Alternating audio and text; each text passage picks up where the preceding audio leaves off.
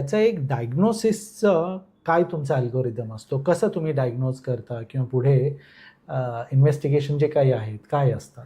Gall bladder स्टोनचा classical presentation फक्त एक 30-40% असतो की पेन टिपिकल असं पेन घेऊन येणं.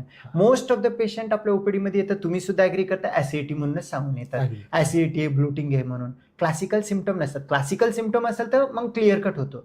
पण कोणताही पेशंट जर का पेन घेऊन आला किंवा हायपर ऍसिडिटीचा प्रॉब्लेम घेऊन आला, ब्लोटिंग घेऊन आला किंवा रात्री झोपल्यानंतर त्रास होते घेऊन आला, एक back of the mind as a gastroenterologist एक डोक्यामध्ये असते की हे पित्ताशयाचा प्रॉब्लेम असण्याची शक्यता आहे.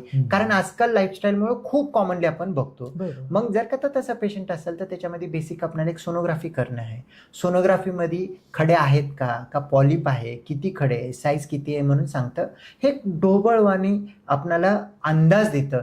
खरोखरच खडा 2 सेंटीमीटरचा म्हटलं तर 2 सेंटीमीटरचा राहत नाही. कधी 2 mm चा खडा म्हणून 10 दिलेला असतात, 2 सेंटीमीटरचा एक मोठा दिसू शकतो.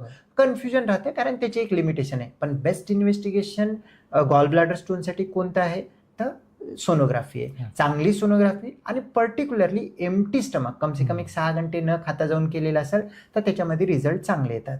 त्याच्या व्यतिरिक्त काही काही पेशंटमध्ये कन्फ्युजन असतं, बिलिरुबिन वाढलेलं आहे किंवा तिथं कावीळसारखं दिसतंय तर MRCP करणं गरजेचं आहे. कारण गॉल ब्लॅडरला लागणारी सर्जरी पित्ताशयाच्या स्टोन, पित्ताशयाच्या नळीमधले स्टोन जर मिस करून केलं तर मग मोठा कॉम्प्लिकेशन घेऊन येतो. त्यामुळे पहिलं तो बघणं गरजेचं आहे की पित्ताशयाच्या नळीमध्ये काही ब्लॉकेज नाही ना, नाही तर प्रेशरमुळे खूप प्रॉब्लेम घेऊन येतो.